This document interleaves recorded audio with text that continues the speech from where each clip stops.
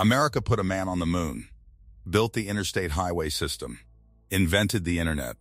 But right now, in the middle of one of the most remote deserts on Earth, a machine is doing something no American company, no American engineer, and no American crane has ever done. And it is doing it on wheels. This machine weighs so much that just one of its hydraulic cylinders, a single component, tips the scale at 32 tons. Its arm stretches taller than a 60-story skyscraper. It traveled over 2,000 kilometers across China just to reach its job site. And when it finally got to work, it lifted 4,000 tons into the air. The best crane in America can lift 900 tons. This machine lifts 4,000. That is not a small gap. That is 4 times more capacity. That is the difference between a pickup truck and a freight train. This is the Zoomlion ZAT 40,000H, the largest wheeled crane ever built on this planet. And the story of what it did, why it exists, and what it means for the future of energy, that is what we are getting into right now. Why China needed a monster, and America is still waiting. China's Gobi Desert in northwest China gets temperatures swinging from -40 degrees to blazing summer heat.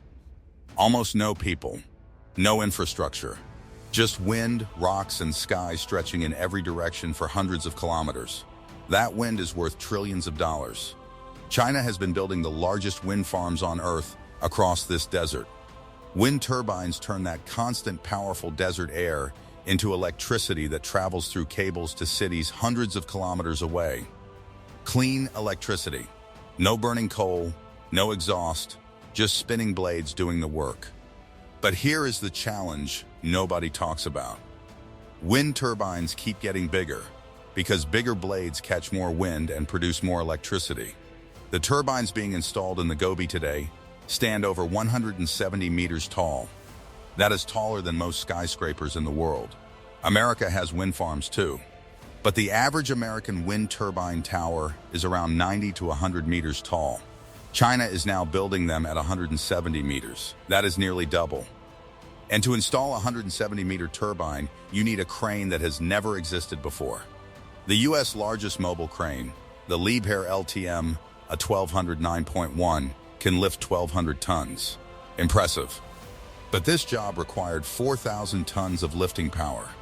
America simply did not have the machine for it. China built one, 2,000 kilometers before a single bolt was lifted. Before the Zoomlion ZAT 40,000H lifted anything, it had to get to the desert. That alone is an engineering achievement that deserves its own documentary.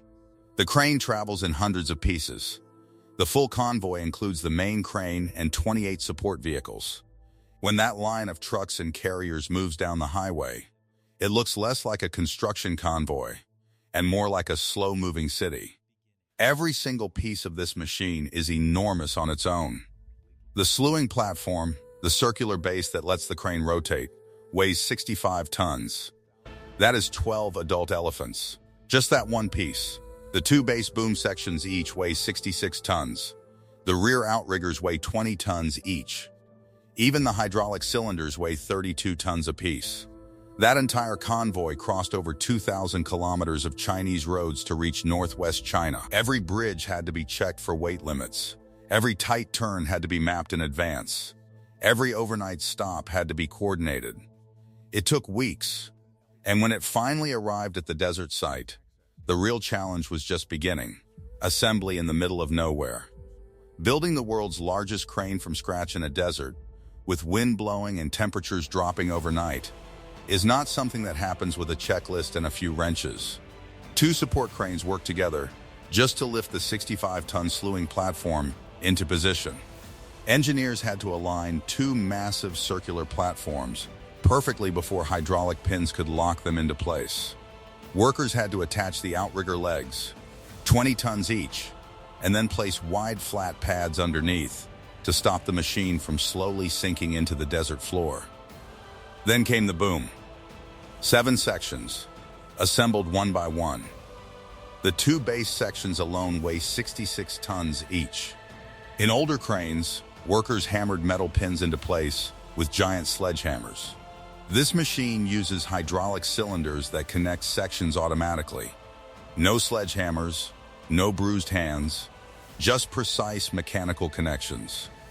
The most dramatic moment of the whole assembly was when the superlift wings spread open. These two giant arms extend out behind the crane like wings and hold the counterweight that stops the crane from tipping forward when it lifts. When those wings fully extended, the machine stopped looking like construction equipment and started looking like something from a science fiction film. Total reach with the boom extended, 186.4 meters into the sky. That is a 60-story building, and it can hold hundreds of tons at that height. The lift America can't match. The wind turbine this crane was built to install is a 6.25 megawatt machine.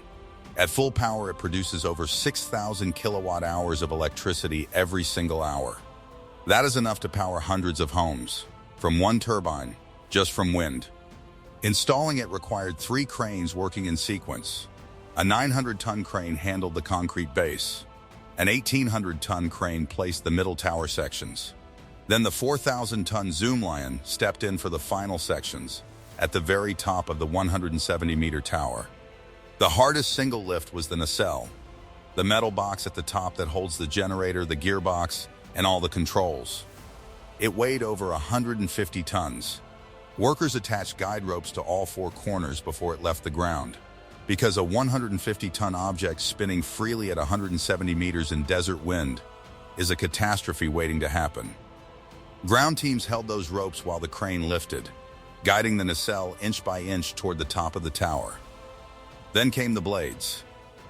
Each blade is 108 meters long, longer than an American football field from end zone to end zone, and there are 3 of them.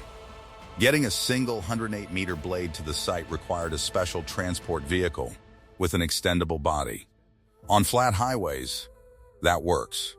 But the turbine site was on a mountain with tight turns and steep grades. Shorter body version required. But here is the problem. A 30-ton blade hanging off the front of a short vehicle creates a seesaw. The back lifts off the ground. So engineers increased the total vehicle weight to 160 tons just to keep it level. 3 blade loader vehicles stayed on standby, day and night. The first blade arrived, and then they could not install it. Wind. The desert was doing what deserts do.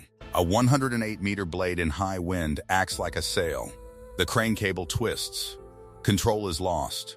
Workers sat on the ground, watched the stars, and waited. Then just before dawn, the air went calm. The lift began immediately. By sunrise, the first blade was locked in place. A machine built to catch wind, installed in a rare moment of stillness. What this really means. The Zoomlion ZAT 40,000H did not just install one turbine. It proved something. It proved that China now builds machines that the rest of the world cannot match. While America debates energy policy, China is putting 170-meter turbines in the middle of deserts, using cranes they invented themselves, and transported 2,000 kilometers on public roads. Hundreds of turbines are already spinning across the Gobi.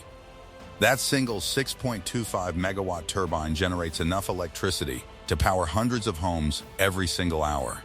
Multiply that across an entire desert full of turbines, and you start to understand what is being built out there. One more number to leave you with. China added more wind power capacity last year than the entire installed wind capacity of most countries. They are not catching up. They already left. The 4,000-ton crane is the headline. But the real story is what it represents. A country that decided it needed a machine the world had never built, and then built it. Drop in the comments, what surprised you more? The size of the crane, or the fact that America's best mobile crane is 3,200 tons behind? Subscribe and hit the bell. Next one drops soon.